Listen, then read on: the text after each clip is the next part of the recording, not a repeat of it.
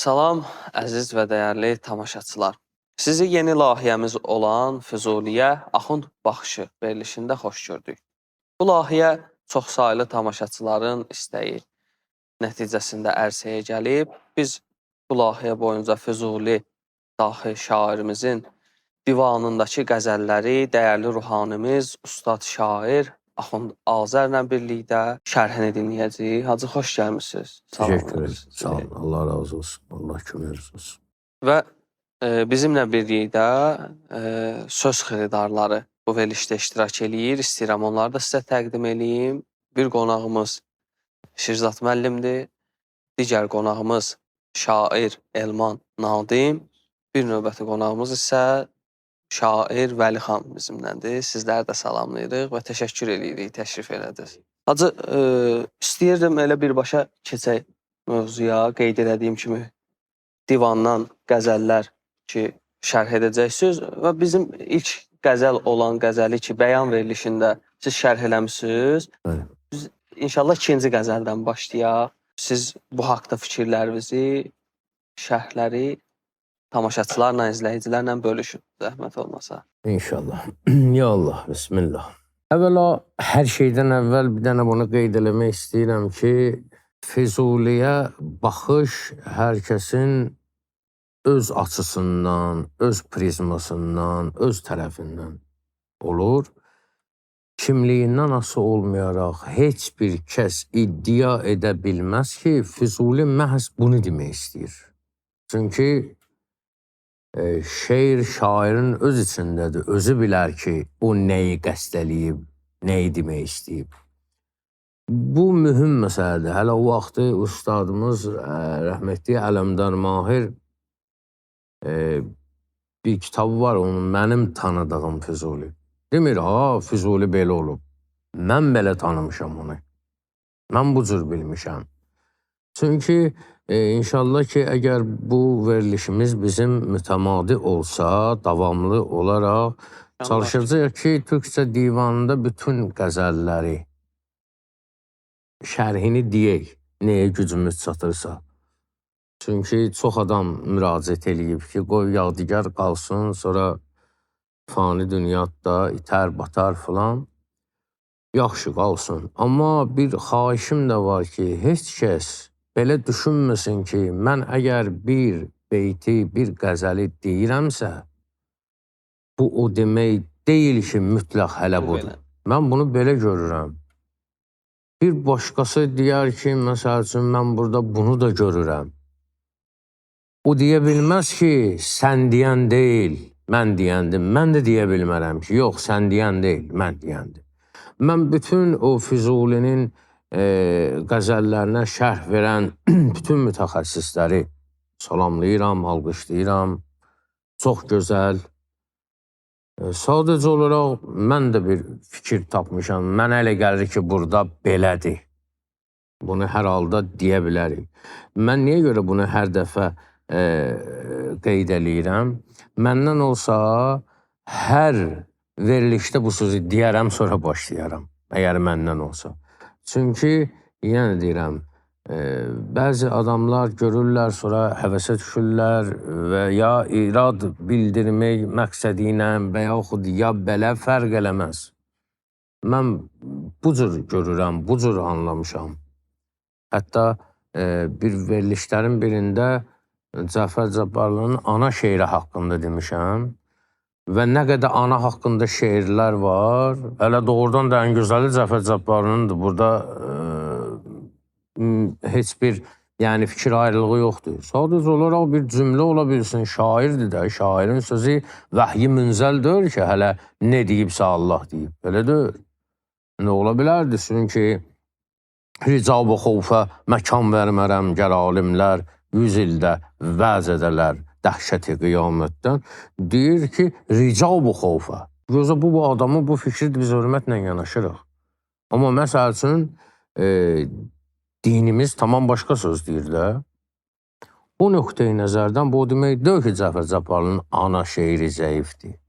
Və yaxud da ki, Füzulinin bundan əvvəlki qəzəlindəki daş dələr ahı-mahı şəhd ləbin şövqündən Nə ola zənbur evinə bənzəyə Beytül Həzən. Bəli, insan ah çəkir, ahı, naləsi, arının yeşiyində o səslər olur, ah naləyə oxşayır.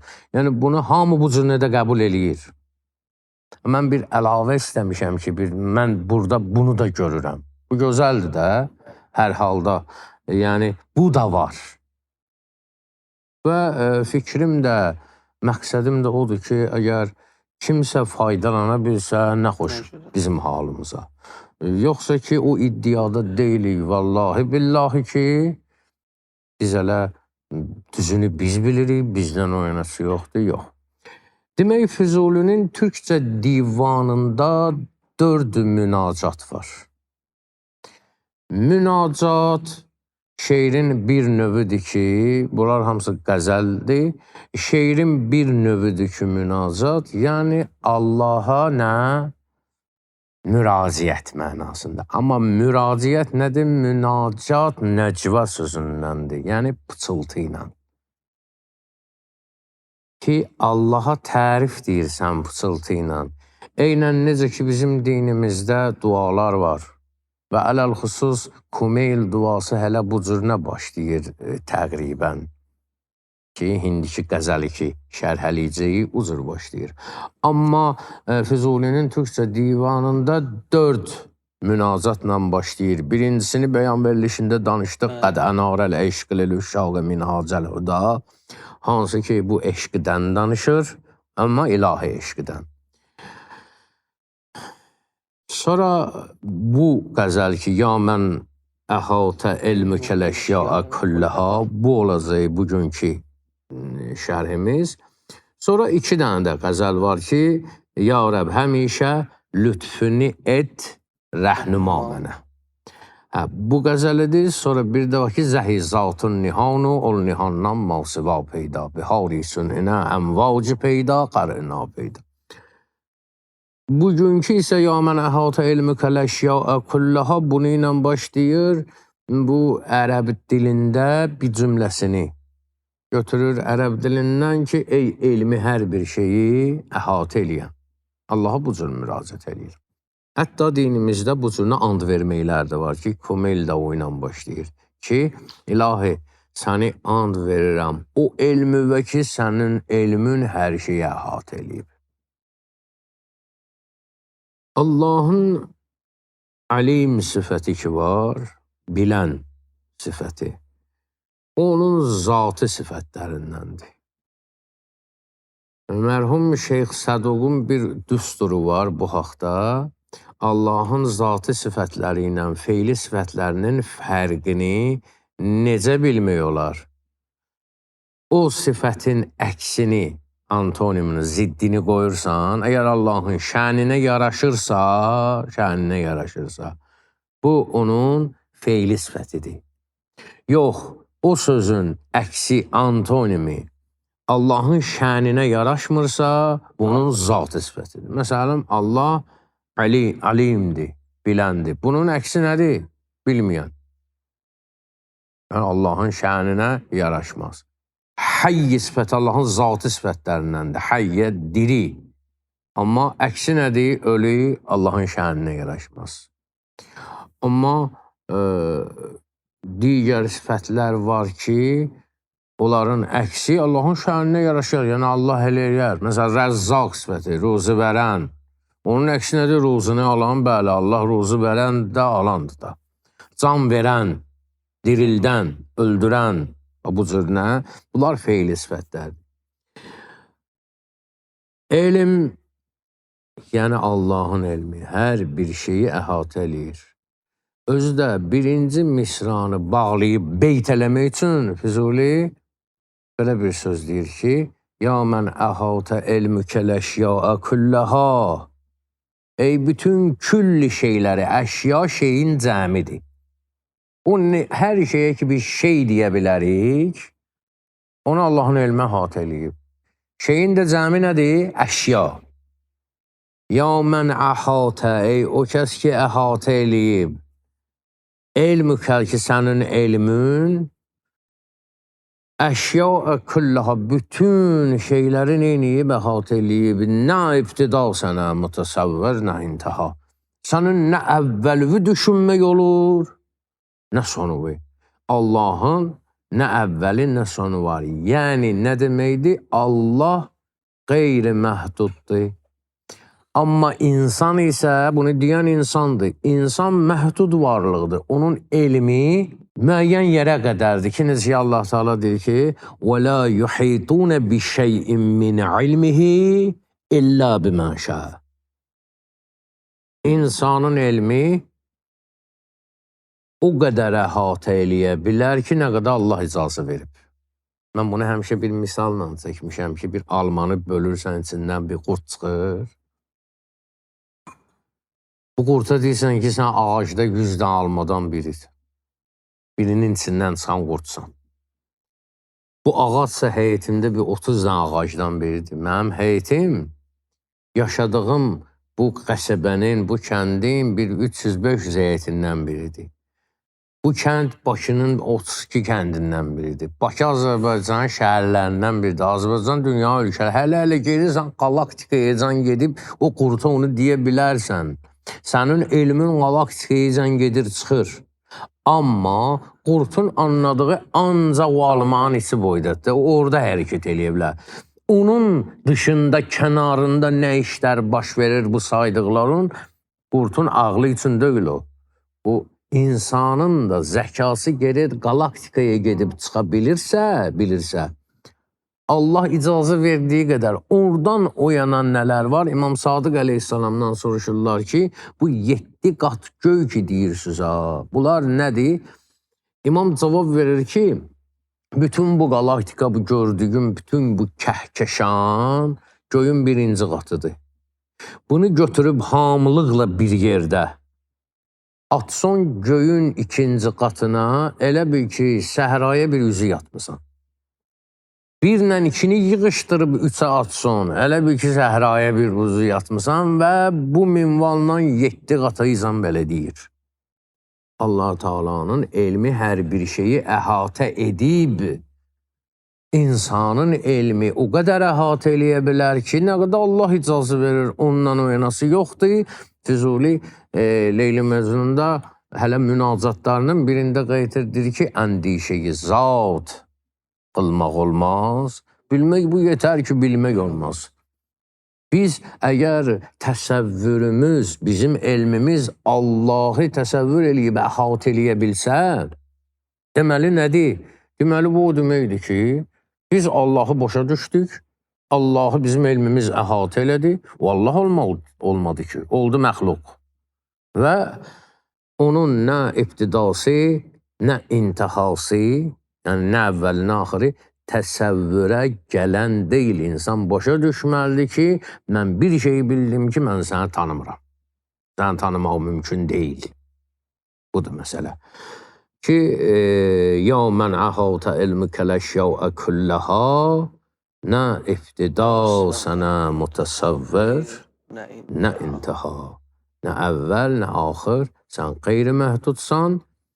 Dalıcan deyir, kim versə, can yolunda bulur xaki məqdəmün. Kim versə can yolunda, sənin yolunda, bulur xaki məqdəmün. Sən məqamuvun xakini, torpağını tapır. Can verməlisən ki, bunun qədəminin, torpağın hələ neyniyəsən, tapasan. Belə də normalda insan öldü, torpağa çevrilmir. Hani bu tənhalığı, qəbrisə xof etmə ölməkdən, təriqi unsi tutkim, hər ovuc torpaq bir adamdır. İnsan zaten öləndə torpağa çevrilir. Amma sənin yolunda ölən isə o torpağa çevrilir ki, o sənin xalq məqdəmündür, ayağın torpağıdır. Yəni nə? Yəni misal çəkək ki, İmam Hüseynin qanı hələ Kərbəlaya tökülməmişdi. Kərbəla bir Neynəvə çölü idi. Onu ancaq ariflər bilirdilər burada nə iş baş verəcək. Allah övliyaları bilirdi. Amma İmam Hüseynin qanı ki ora töküldü, sırf Allah yolunda O çöl çevrildi oldu Kərbəla. Və İmam Hüseyn Kərbəla adlı bir tutiyanı neynədi? Diriltdi. Kərbəlanı, o çöl ki var, elə belə çöl idi. O qanı ilə oranı neynədi? Müqəddəs elədi. İnsan onun yolunda, Allahın yolunda can verəndə onun qədəminin torpağını bulur. Kim versə can yolunda, bulur xaki məqdəmün. Güya ki, xaki rahı nədir? Nəqd, can bəha. Güya ki, bunun bahası, bu işin bahası, yəni bu işin qiyməti nəqd canadır. Orada bir baha söhbəti verir, bahalıq. Bir də o alverdə işlənənlər nəqd söhbətini verir. Güya ki, nəqd. Çünki insan bu dünyaya gəlir, onun sərmayəsi, onun ömrüdür, canıdır. Can müddətlə də verilib, ömür nəfəslərdən ibarətdir. Bunu xəricləyirsən, bu ömrü xəricləyirsən, bu sənin sərmayəndir. Gərək maya batmasın. İnnəl insana ləfi xusur. İnsan xəsarət içindədir. Xusur zərərdən də, ziyandan da axırdır. Zərər budur ki, alver elədim, vaxtım getdi, əziyyətim getdi, xeyrimi götürə bilmədim. Bu zərərdir. Amma xusran isə mayanın da batmasını deyərlər. İnsan mayanı batırar. İlləl-ləzinə o kəslərdən başqa ki. Əmənu və əmilis-salihat və tavasıl bil-haq və tavasıl bil-səbr. Bu işləri görən adam iman getirsin, əməli salih olsun, haqqı səbri tövsiyə eləsin. Bəli, bu gedişatla gedən insan neyniyər? Ömrünü hədər verməz, ömrünü elə Allah yolunda sərf eləmiş olar və Füzulinin özünün də həyat yoluna baxsın, keçdiyi yola. Bir ömür özünü həsr eləyib, İmam Hüseyn zəvvarlarına xidmətə bu günə qədər yaşayır, qəbri də hardadır, Sərikuy Cananda özü istədiyi yerdə. Hacı, üzr istəyirəm, bu beyti ki, qeyd etdiniz, kim versə can yolunda bulur xavki məqdəmin. Mən bu qəzəl baxanda bir başqa kitabda, bir nəşrlərdən birində bu beyti kim versə can yolunda bulur, xavk olur məqam. Bu şəkildə vermişdilər. Fərqi yoxdur. Fərqi yoxdur. İndi çaplarda fərqi var. Amma məna baxımı ilə onların o fərqləri o qədər də bizi çaşdırmasın. Burada Allah Teala'nın ki, o elminin hər şeyə əhatə eləməsindən, zat sifətindən gedir və Allahın təsəvvürə gəlməməyindən gedir. Amma sənə gedən yol var. Səni biz dərk eləyə bilmirik, amma sənə gedən yol var. Fakt da budur ki, kim sənə gedən yolla getsə, ali bir məqama gəlir, çıxır. Və ilahi yol ki var, o yolu getməyin 2 dənə şərti var ki, bu yolu xof-u rəcanla gedərlər, qorxu və ümidlə. Diqqət elə, ümumiyyətlə din yolunu sadəcə olaraq insanların məqamından çox şey asılıdır. Bəzi insanlar var ki, onların məqamı belədir ki, yəni səviyyəsi, məqamı budur, səviyyəsi belədir ki, Allahın cənnətinə ümidvar olur, cəhənnəm ateşindən də qorxur. Normal. İnsan da var ki, yox, artıq bu etapı keçib, böyük bir məqamdadır. Artıq onu cənnət və cəhənnəm düşündürmür. Onu ancaq ilahi rizayət, Allahın razılığı və yaxud da ümidi odur ki, Allahın razılığını qazansın. Qorxusu odur ki, Allahdan ona gələn lütfi itirsin. İkisində də qorxu və ümid var. Hər hansı məqamın yiyəsi olursan ol.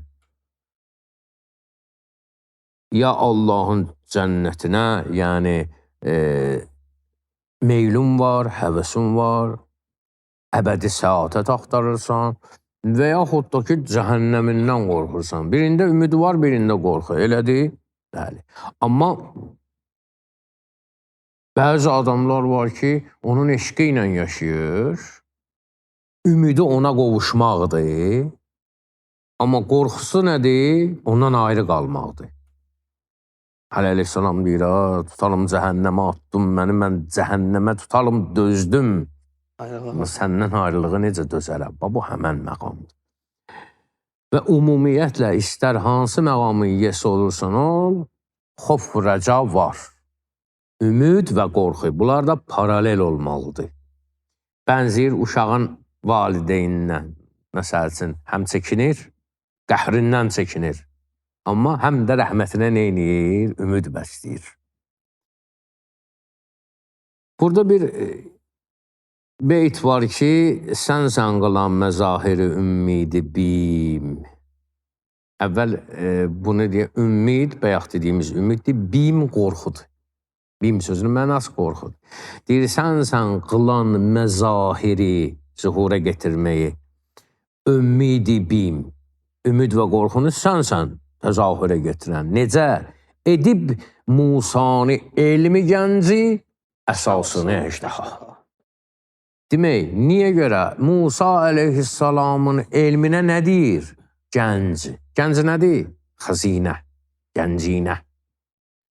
Musa əleyhissalamın elmi bir xəzinədir. Əsasında isə nə var? Bir qorxu var. Çünki düşmənə qarşı bu əjdahaya dönmək filan nəsə qorxular var orada. Özü də burada Füzulinin o bədii təsvirində nə var? Bu gəncinə, həmişə xəzinənin üstündə nə olar? İlanlar olar əjdaha. Əjdaha niyə deyərlər? O yaşı keçmiş, o dərisi qalınlanmış ilanlar olar. O növə ona əjdaha deyirlər.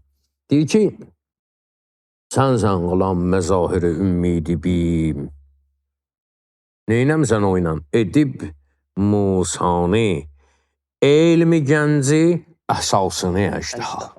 Hətta Musa əleyhissalam əjdahadan özü də qorxurdu. Atandakı əjdahaya döndü, Allah Teala qorxma ikilən götür.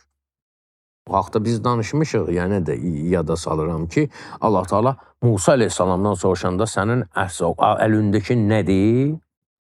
Dedi ki, başladı funksiyalarını saymağa. Mən buna söykənirəm, ağacdan yarpaq vururam, qurtdan quşdan özümü qoruyuram. Yəni, eynən nəfsin funksiyası, qəzəb və şəhvət. Şəhvət nədir? Özünə xoş gələn şey özünə çəkirsən, özünə xoş gəlməyən şey özündən uzaqlaşdırırsan. Nəfsin ki, funksiyalarını dedi, Allah dedi, onu at yerə, atdı, əjdahaya döndür. Nəfs bir əjdahadır. Nəfs əjdərhadır. O keymürdəst. Deməli, onu atır, əjdahaya dönür, amma deyir, qorxma, götür. Niyə? Çünki o nəfs ki var, nəfsi islah eləsin, düzəltsin, əqlin kontrolunda saxlasın, Həzrəti Musanın əsası kimi neynəyər? Möcüzələr göstərər insan öz nəfsi ilə. Buna işarədir. Və Musa əleyhissalamın çağırdığı yol, o nurlu yol, o elmin gəncinəsidir, elmin xəzinəsidir. Üstündə də nəyi var? Əjdahası var. Xəzinənin üstündə ilanlar olar. Deyir ki, sən qılan məzahiri ümmidi bim edib, Musanı elmi gənci əsasını əjdaha. Səndən bulubdur Əhməd-i Mürsəl məqami qurb. Əhməd-i Mürsəl sonuncu peyğəmbərdir ki, o məqam-ı qurb səndən alıb.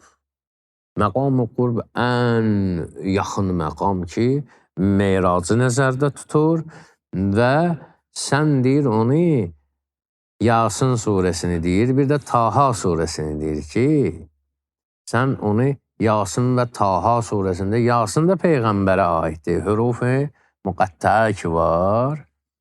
Təfsirində deyirlər ki, Yasin də, Taha da Həzrəti Peyğəmbərə aiddir ki, deyir, səndən bulubdur Əhməd-i Mürsəl məqam-ı qurb, təhsini yav-u sin ilə təşrifi tavuha. Bir şeydə deyim sizə, burada diqqət edirsiniz, qafələrin hamısında hıqları saxlayıb. Ya əmən əhavtə elmükələşyaə külləhə. Nə ibtida sənə mütəsəvvir, nə intəhə. Kim versə can yolunda bulur xavki məqdəmün, güya ki xavki rah nədir, nəqdi can bəha.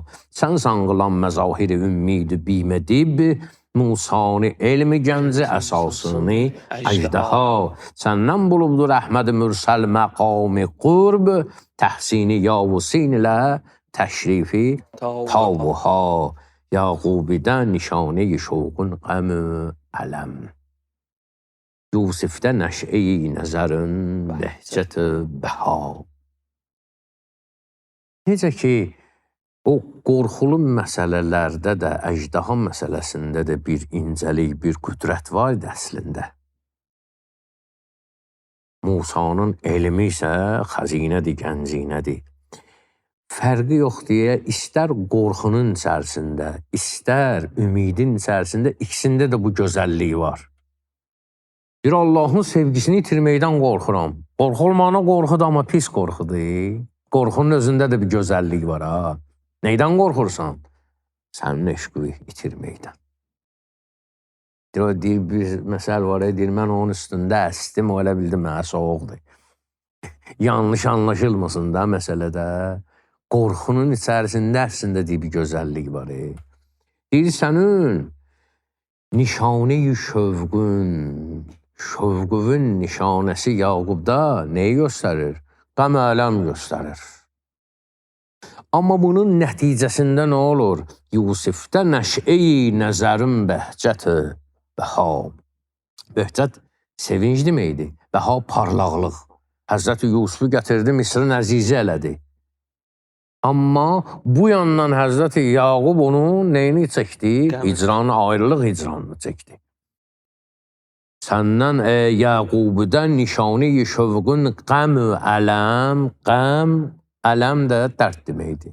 Qəm və dərd, Yusifdə nəşə-i nəzərin bəhcət-ı bəha.